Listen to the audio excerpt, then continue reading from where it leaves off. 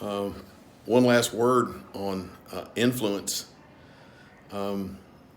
Most people think of Acts chapter 15 with the Jerusalem Council, which is appropriate. The church in Jerusalem finally decided that a Gentile did not have to become a Jew before they could become a Christian.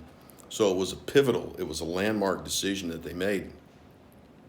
But there's a little section at the close of that chapter 15, verses 36 through 41, regarding this ministry team, Missionary Journey 1 of Barnabas and of Paul. We are told that when they were preparing to go out on this second missionary journey, that Paul and Barnabas had a sharp disagreement.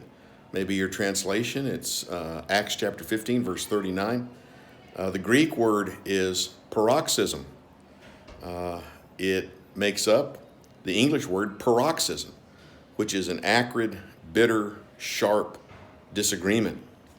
It's only used once in the New Testament, and it is used here.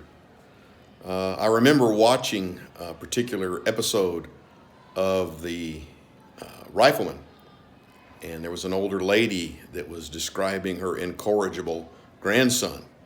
And even though he was an outlaw and a runaway, she made the comment to Lucas McCain, blood is thicker than beet juice.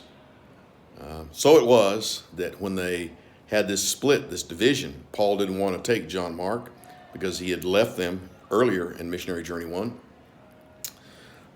Barnabas took his cousin, John Mark, sailed for Cyprus, their home, or at least Barnabas' home, and Paul picked up Silas, getting ready for Missionary Journey 2.